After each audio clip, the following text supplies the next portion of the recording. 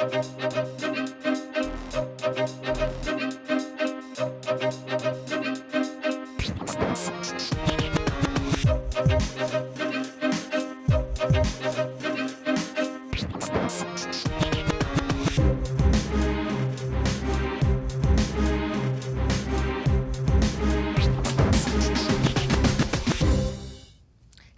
I'm Maria Hall-Brown, and this is Protest and Promise. Today we have a very special guest with us, William Allen Young. You may recognize him from many of his TV performances, which include most recently CBS's Code Black, as well as film performances. But what he does behind the scenes is awfully impressive. I'll just go ahead and give you a couple lists. He's a recipient of the Ford Freedom Foundation Unsung Award, the NAACP Social Achievement Award, the Thomas Kilgore Jr. Humanitarian Service Award, Hero in Education, on and on and on, as well as the National Forensic Speech Association Hall of Fame. He is also the founder of the Young Center for Academic and Cultural Enrichment, which is why it is great that we have our young participants here today to talk about the issues that matter to them most. I'm delighted to be joined again by Bridget. Hi, Bridget, good to see you. Hey, Bridget. And River, nice to have you back with us. And of course, Richard. Me being here today is actually because of the three of you and my dear friend, Maria. But I wanted to talk, I'm always interested in hearing what young people have to say. There's a sense of authenticity that tends to come from young people. And I want to be a part of that discussion as a celebrity, but just also as a person. So it's just an honor to be here. Not just as a celebrity, but as a person. As a person, yeah. But also as someone who works very strongly and advocates for empowerment for youth, which is why I'm going to ask Bridget, because correct me if I'm wrong, aren't you interested in pursuing a career in communication and journalism and entertainment, et cetera? Yes. I did an internship last year with Women's Voices Now, so I got very into like journalism and film as a whole. So if I can do both, I will. That's kind of the plan. Oh, Bridget, they go together. I mean, the beautiful thing about it is they borrow from the same skills. And if you've identified that you have those, and while you're young, I would say try them. Try them. Like we were talking to River earlier about his name, but if it speaks to you, you'll know. And the thing that I wouldn't want you to do is to miss the opportunity to even give it a chance to speak to you. And of course, Richard, we know you're pursuing law. You know, we're following your career very, very diligently in your schoolwork at this point in time. But you guys have a little bit in common in the fact that you were talking about your debating skills and how important that is. Yeah, when Richard, when you shared the law school and we talked about when I was at USC on the Trojan Debate Squad, and most of those people went on to law. I just think that it's so wonderful, as you mentioned, when you realize what gifts you have and you look out on the landscape and say, what would fit me the best? What would I fit the best? And I think that for you, going to mighty Virginia, you really are going to be well placed to take those skills and to do something with it. And I'm just looking for great things from you. So what has been bubbling to the surface? We started talking, a while back about, social unrest and things that were making news headlines, but how that was really impacting all of you and where you participated. Where are you now? I know, Bridget, you were out there walking and protesting a lot. So how are you feeling about what things are happening now, and where are some of your concerns, or where are the issues in your world? I think the issue in my world is how fast people were to label all the protests as riots. When every single protest that I had attended, I only attended 3, were all peaceful, and there were people handing out masks and hand sanitizer and water, and there were even kids there like playing with other kids. And it affects me in my neighborhood because of where I live in South Central. It's predominantly brown and black area, so it affected me heavily because I've been around gun violence and gangs my whole life. So And for a very young age, you kind of learn not to trust authority figures, which is scary to even say out loud. You know, it's interesting, Maria. Bridget, I'm hearing you.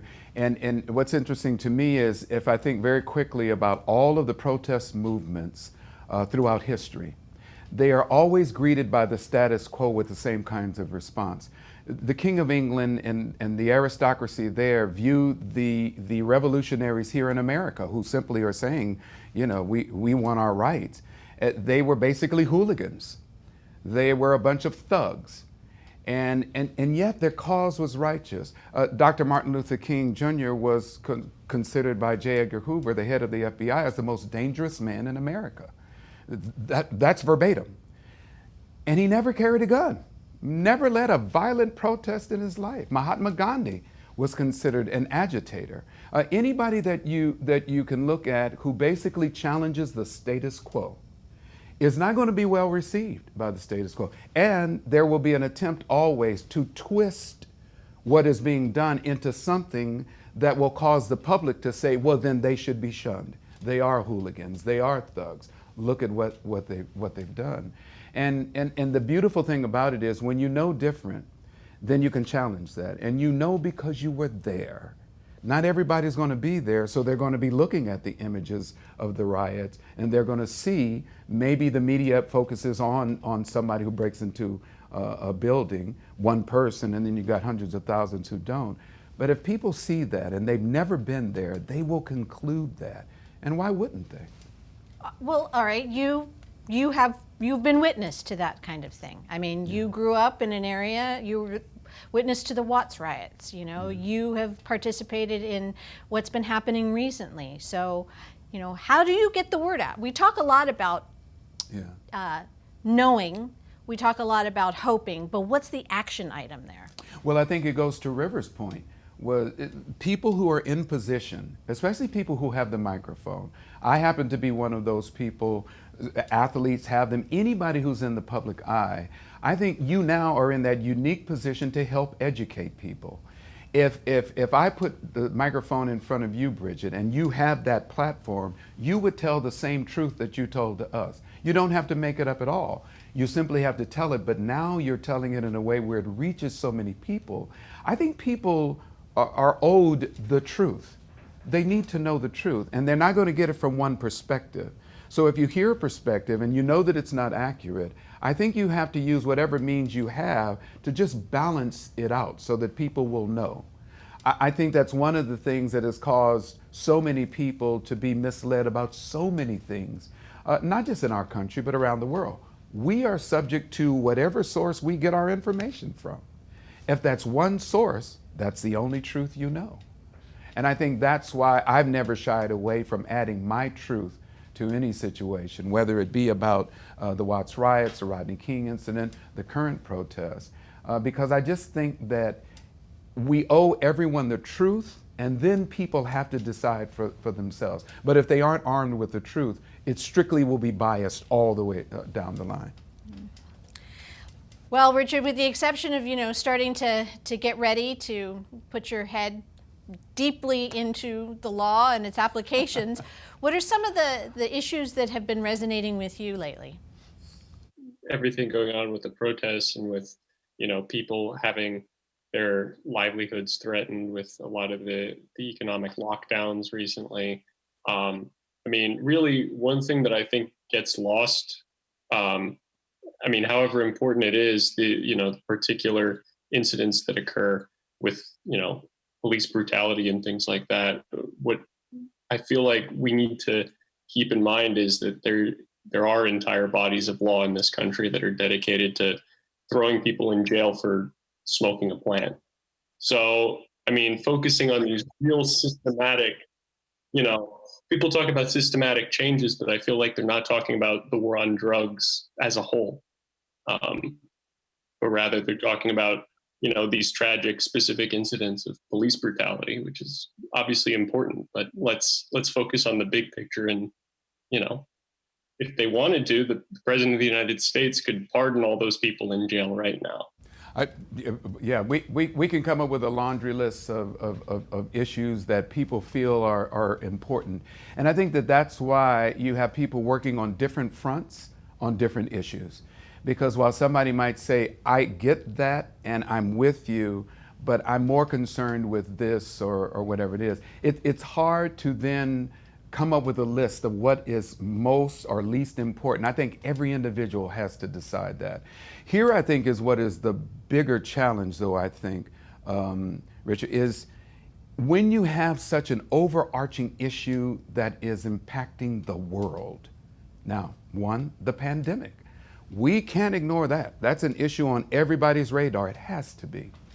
But then when you look at the protests and you say there's significance there, the world has told us that. When you have people in 39 other countries, millions of people marching, you say, okay, we have to pay attention to that as well.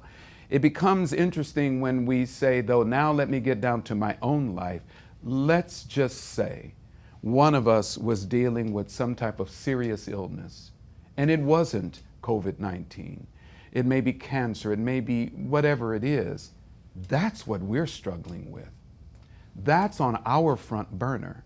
And I think that there are people, even in the midst of a pandemic and global protests, who still have issues they are grappling with.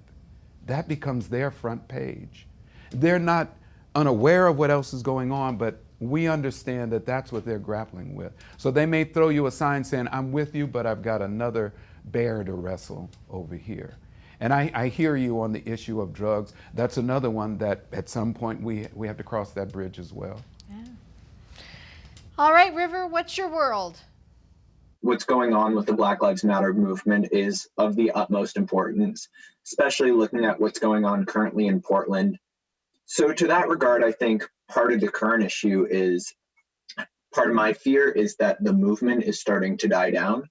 So while there's still people out protesting, people who are obviously going to support the Black Lives Matter movement, I guess part of my concern is that we're now not seeing the same level of support that we were seeing just days after George Floyd died, just days after Breonna Taylor's name was brought into the news.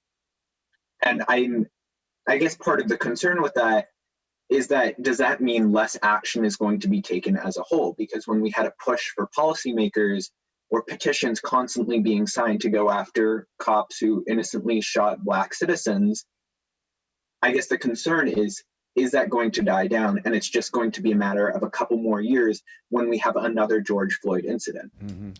Actually, that's a really good point. Because we don't see it here and it's not voraciously out there as dramatically as it was, say, a few weeks ago, does that mean things are not happening? You know firsthand, policy change takes time. And this is specific to a program that he has, the Young Center for Academic and Cultural Enrichment, where he actually, well, I should let you speak, but in terms of getting policy moved forward in Sacramento, utilizing the voices of young people who have a stand and a say and an ability to offer. So you know that policy takes a long time. Yeah. You've been witness to it. Yeah, and that's a good point, River. I think it would be true of any issue. I think that the problem is human nature. And human nature suggests that we don't hold on to things for very long before we move on to the next thing and the next thing and the next thing. So the challenge becomes, if something is that important, how do you keep it on the front page?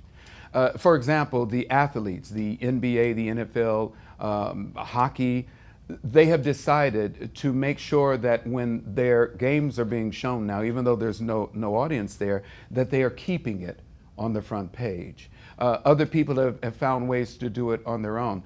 The protest as such cannot exist in the same way that it does forever. No protest does.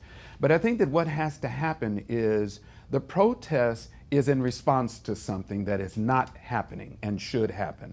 Whether people agree or disagree with the protest, that's why it exists. Now, the thing that is happening, if it is systemic, then it is laws and policies that have to change. And then there have to be watchdogs to make sure that that is happening and that people are complying with it. So we begin with protests, which is literally people in the street to catch the attention of people. It's literally a shirt that says Black Lives Matter. It's literally a street that says Black Lives Matter. But that's the first wave. Now here's the next wave, and it gets to your point, River, and that is, so the call is to some type of action, right? To change laws. We know that police reform bills are already being presented.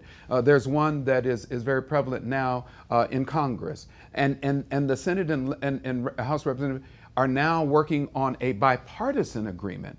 So we know that something is moving forward.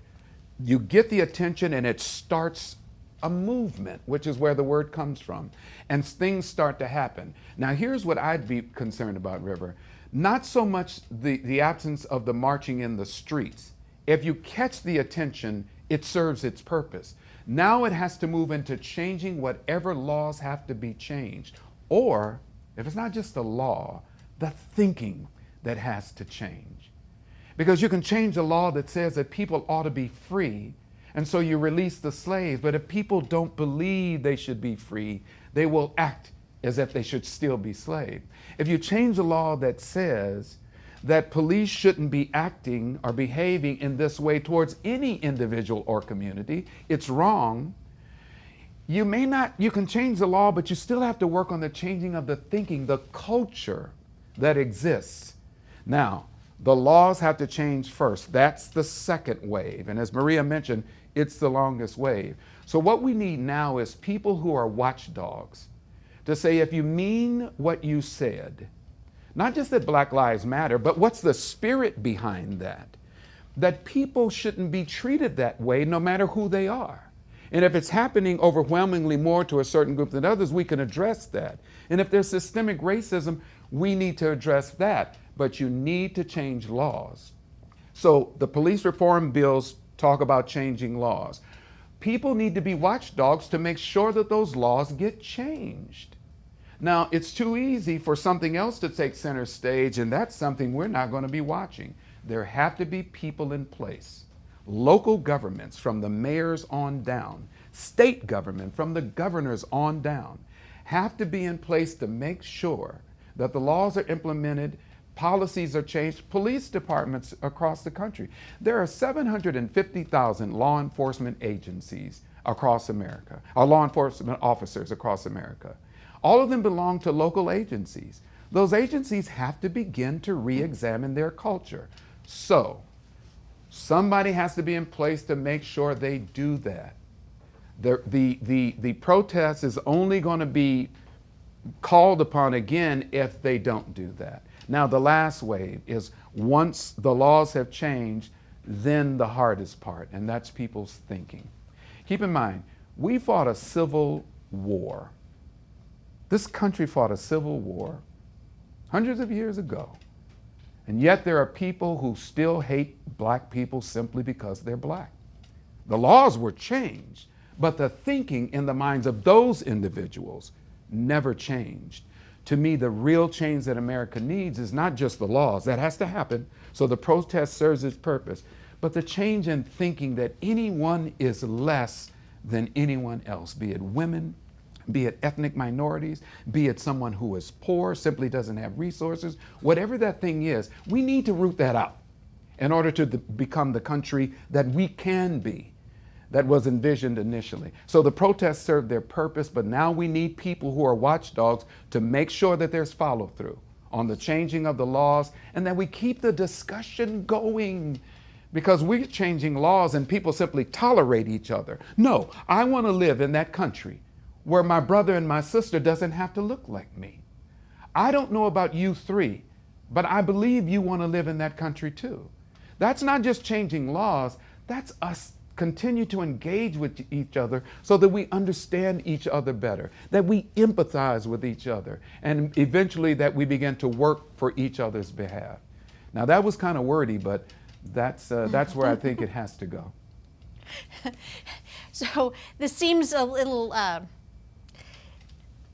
hope you don't take offense, but are any of you surrounded with your friends, your family, or anything in which racism is subtle, prevalent, or exists? Do you see it in your world? Because you're talking about this, you're talking about how many hundreds of year old problem, but all of you have participated in this program before. All of you are highly educated and incredibly passionate about what you're doing.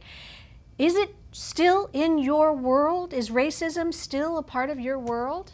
So while I don't directly experience racism as a white male, I am dating a brown girl, and there is definitely the impact that I see, especially with all this going on. We'll have conversations, and I'll bring up a point or an argument, and she'll bring up the counterpoint of, I know exactly what you're talking about because I experience this.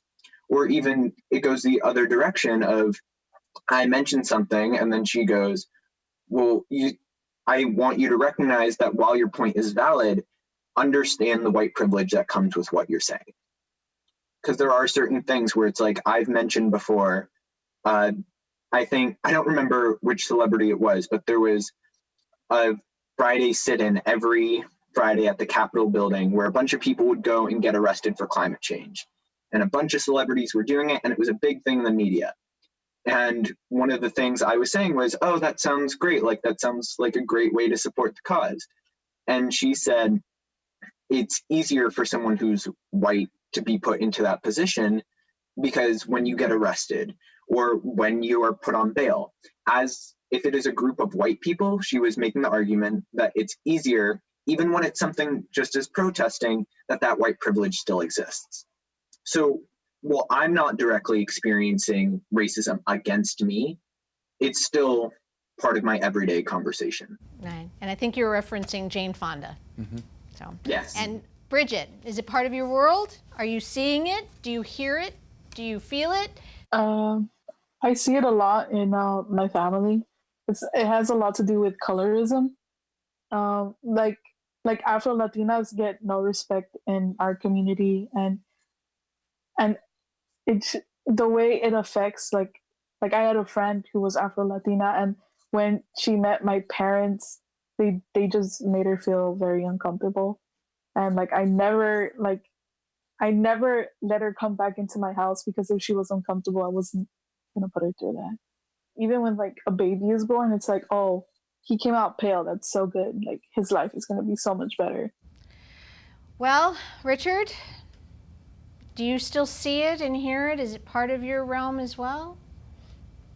Yeah, I mean, fortunately, I haven't, seen or, personally been beaten up because I'm white or whatever, or seen anything like that in the areas I've been in. I mean, part of it's probably just I've grown up being on one coast or another. So I imagine, obviously stuff like that does happen in America still, and that's awful. It's more casual, the stuff that I've experienced or seen. And it does go both ways, from like, the weird, like, racist uncle that says whatever, because, like, I've dated people who weren't white, obviously. And, then on the other side of that, like, certain things I've heard, like, my significant other's parents say, like, oh, well, the one, I dated a black girl once, and her mom said something like, oh yeah, like, I don't want no zebra grandbabies. Oh, like, yeah. But, yeah, it's like, it's still there. That, Yeah. It is. yeah, I'm not getting beat up for being white or anything like that. Right. But, I'm sure you have advice for them. I'm sure you have thoughts for them because you profoundly think about this a lot and you've helped so many people in your career. What do you say? What can they do? I think that all of us would agree that we did not create this country. There are no George Washingtons in this room. There are no Samuel. The founding fathers are not in this room. But I think we'll also agree, if we know anything about history, America is one of the greatest social experiments when fully realized. But at its core, it is inherently filled with those things that, unfortunately, the forefathers put into the system. It is inherently filled with racism. It is inherently filled with sexism. If anybody doesn't believe that, you can only look to the institution of slavery. Women had no rights. It was an old boys network that was so beautifully written, though, that we can actually use the words to straighten it out. We are the answer to America. We didn't create it, but we have been born into this existence to fix it. And the beautiful thing about that, every amendment to the Constitution came along because they didn't say we need to throw out the Constitution. That document is beautiful, but we need to amend it. Why? Because too many people were not included in it. What we now need to do is to continue the conversation, but we're going to have to be honest, folks. We do. For somebody to say, I can't even utter the words Black Lives Matter, really? Come on. For people to still believe, even though the doctrine of white supremacy was pushed around this globe for 2,000 years, of course anything dark is still seen by people who aren't enlightened as negative. Of course things that are more white are still seen as superior, including God. So that's what the damage is of racism. When people say racism is systemic, it means it is literally ingrained in our policies. So what do we do? And why is Mr. Young always the eternal optimist? I don't have to be George Washington. I value whatever was done that helped to benefit people, but I also acknowledge the terrible things. We have inherited that. But in our lifespan, however long or short it is, our job is either to accept it or to rage against that and to create the America that we all envision. We got a great social experiment going on here, young people. You guys are the engine that are going to drive it. If your generation continues to carry on the seeds of racism, then 5 more generations will inherit what you sow. And then 5 more after that. We keep having to clean up these messes. Let's stop that. Let's create the vision now, or begin to push the pendulum going in that direction, so that 5 generations from now, they will be the beneficiaries of something far more beautiful than we had to be subject to in 1776. Again, I wish we could start from ground one and start this country over again, where everybody came of their own free will, that everyone was respected, men and women. When they came here, it didn't matter where you came from. We're a country of immigrants. And if we can start there, then we can say all of the diversity that exists here, that's America. But as long as we are part of the one vision, when people talk about sports working so well, the reason why it works, and it doesn't matter what race you are, the Lakers are all going for one goal, one team to win a championship. It doesn't matter what you look like. When we fight a war, whether it's after America was attacked in the Second World War, the country came together. Why? Because we had been attacked. So we had one common goal and we worked together. Here's the problem. When everybody buys into that and they believe it, just like with the Revolutionary War and you had these slaves who were released to fight for it, they said, now I'm free. No, you're not.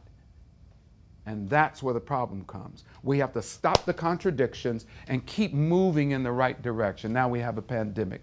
We don't have a war, but this pandemic is the overarching thing that has brought us together. We have this protest that is challenging us to see each other fairly and in a way that respects the dignity of every human being. If we fall short now, 5 generations will have to suffer through the struggle of starting all over again. But young people, I don't think we're going to fall short. The signs I see, I don't know what you're looking at, but the signs I see tell me we're in the midst of a social revolution. And on the back end of it, hopefully we'll come closer to realizing what America can be. But I'm looking to you. I'm looking you to be the catalyst for that. I appreciate you. And that's a wrap on this edition of Protest and Promise.